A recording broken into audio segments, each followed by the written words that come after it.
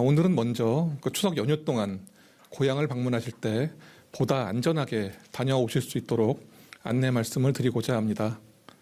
극한 질병관리청은 한국과학기술연구원 키스트와 함께 전파를 감소시키기 위한 수학적 분석을 지속하여 왔습니다. 이번 연구 결과 고향을 방문하실 때 만남의 시간과 모임 횟수 그리고 환기 횟수를 잘 조절하시는 것만으로도 감염 위험을 크게 감소할 수 있는 것으로 이렇게 나타났습니다.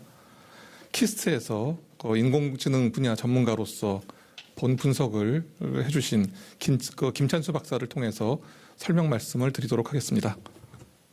네, 한국과학기술연구원 김창수 박사 단상에서 관련된 연구에 대해서 설명 부탁드립니다. 안녕하십니까. 한국과학기술연구원 키스트에 있는 김찬수입니다. 저희는 과학과 근거 그리고 데이터에 기반해서 관련된 연구를 수행해오고 있습니다. 사실 모두가 안전하지 않으면 아무도 안전하지 않다라는 것은 과학적인 사실이자 과학적인 근거입니다. 첫째로 저희 만남에 모임을 자제하는 것이 얼마나 중요한지 시뮬레이션 결과를 소개해드리겠습니다. 오랜만에 만나는 분들과의 모임을 평소보다 약 40% 정도 감소하게 되면 감염의 가능성이 약 한 달 반여 후에는 33% 정도 감소하게 됨을 확인할 수 있었습니다. 그래서 모임을 줄이게 되더라도 모임의 시간을 줄이는 건 역시 중요하다고 시뮬레이션 결과는 말해주고 있는데요. 보통 12시간을 만나게 되면 감염 위험이 대략 60% 정도로 추정이 되는데요. 4시간 정도로 그 모임의 시간을 줄이게 되면 그 감염 위험이 약 35% 정도로 감소함을 또한 확인할 수 있었습니다. 뿐만 아니라 모임의 시간을 줄이는 것 외에도 환기가 중요한 것을 알 수 있었는데요. 환기를 전혀 하지 않는 경우에는 약 80%의 감염 위험이 있고요. 환기를 1시간에 2번 정도 하는 경우에는 60%, 그리고 나아가서 환기를 10분에 한 번씩 하는 경우에는 약 40% 정도로 감염 위험이 줄어드는 것을 시뮬레이션을 통해 확인할 수 있었습니다.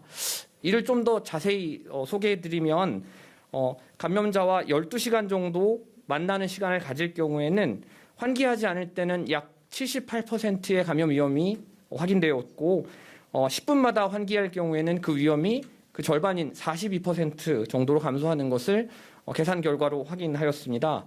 그리고 4시간 정도 모임 시간을 갖게 된다 할지라도 환기를 전혀 하지 않으면 그 위험은 50% 정도인데 환기를 10분에 한 번씩 해준다면 18% 정도로 감염 위험이 줄어드는 것도 확인할 수 있었습니다.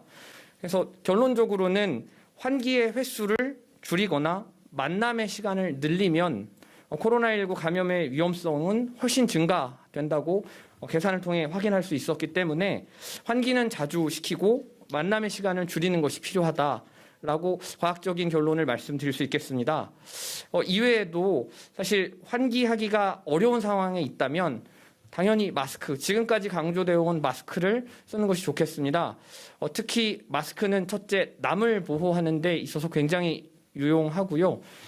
자기가 감염자라고 하면 자기로부터 나오는 비말이 KF94 마스크를 쓴다고 하면 약 30% 정도로 감소되고요.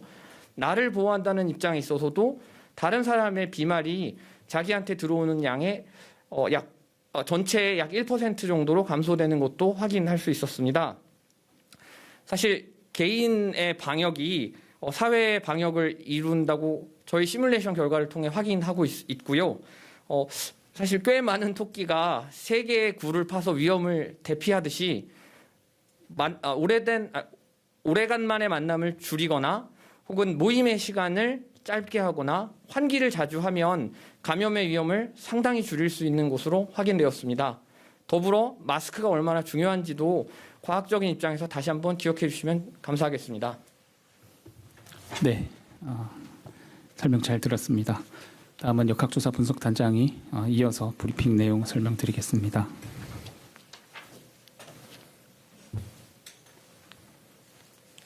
네, 키스트의 분석 협조에 상당히 감사드립니다. 다음은 자녀 백신 활용에 대해서 말씀드리도록 하겠습니다.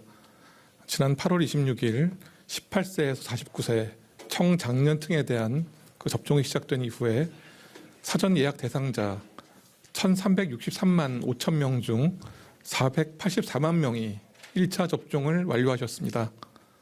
지자체 자율접종, 그리고 우선 접종 대상군, 그리고 자녀 백신 접종 등을 포함하면 18세에서 49세 인구의 65.2%가 1차 접종을 완료하셨고 각 연령대별로 1차 접종률도 60%를 넘었습니다.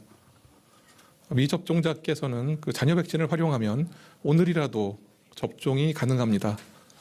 네이버나 카카오의 SNS 당일 신속 예약 서비스를 통해 자녀 백신 접종 예약이 가능하고 의료기관의 예비 명단을 통해서도 자녀 백신 접종이 가능합니다.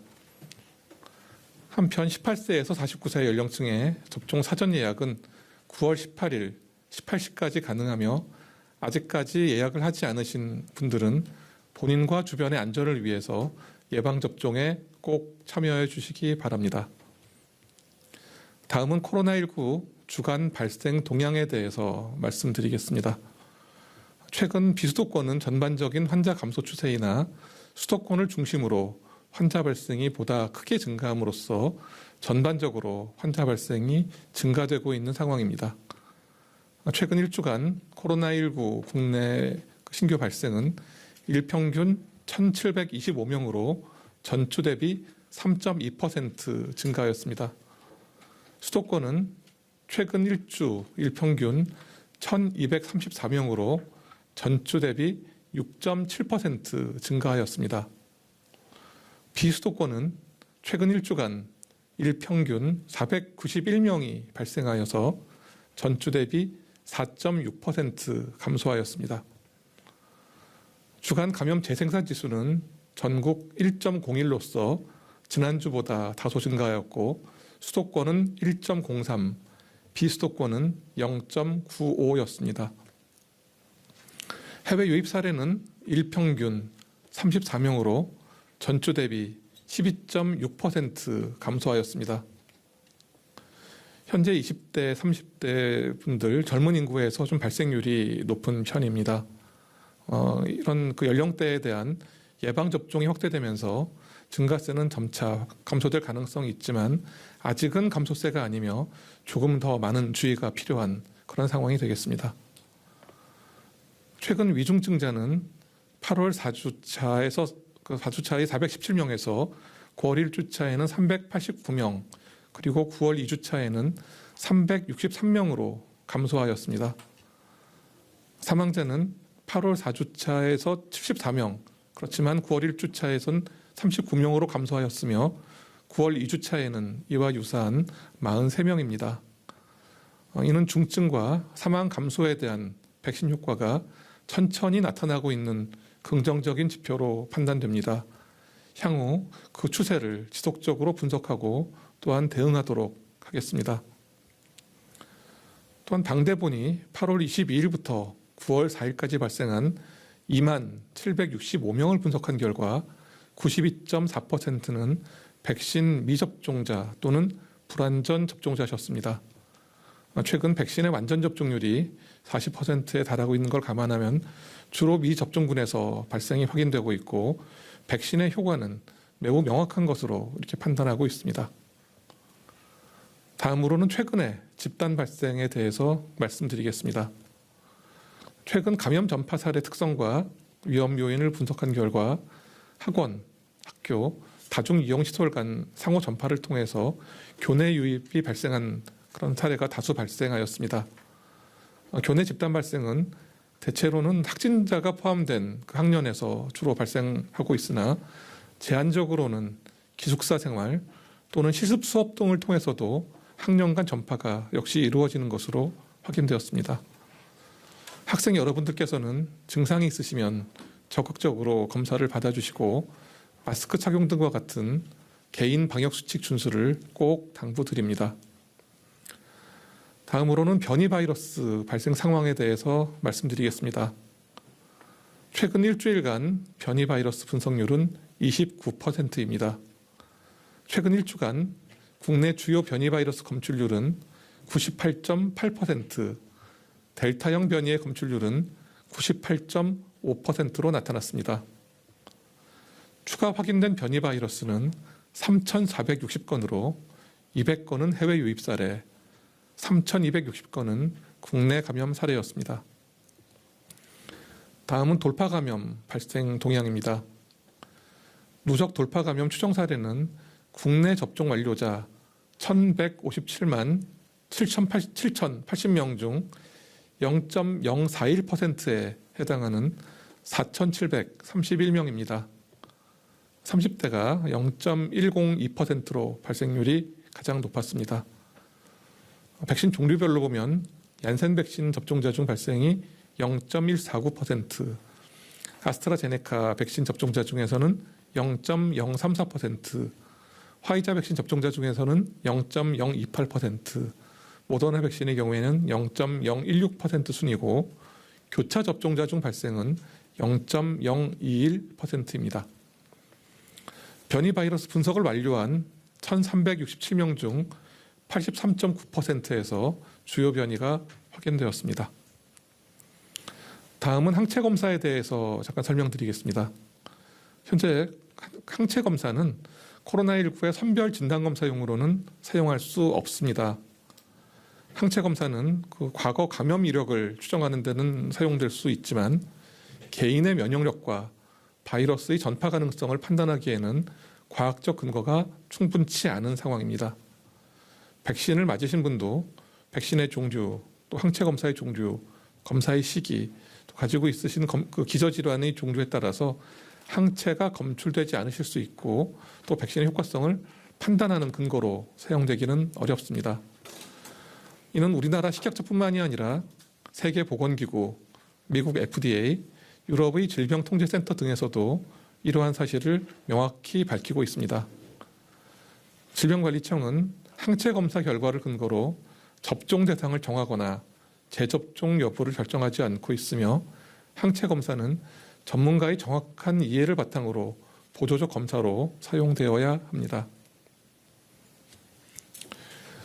오늘은 즐거운 추석 연휴를 앞두고서 감염 예방과 주의를 당부하는 말씀만을 주로 드리게 되어서 굉장히 송구한 마음입니다. 그렇지만 최근 수도권의 증가세가 아직 진정되지 않고 있는 그런 상황입니다. 수도권의 유행이 줄지 않는다면 추석 연휴를 통해서 비수도권으로도 이런 증가세가 확산될 위험이 있습니다. 이번 추석 연휴에도 마스크 착용, 손 씻기, 자주 환기하기와 같은 기본 방역 수칙을 준수하여 주시기 바랍니다. 시장이나 마트를 이용하실 때에도 마스크 착용 상태를 유지하여 주시기 바랍니다.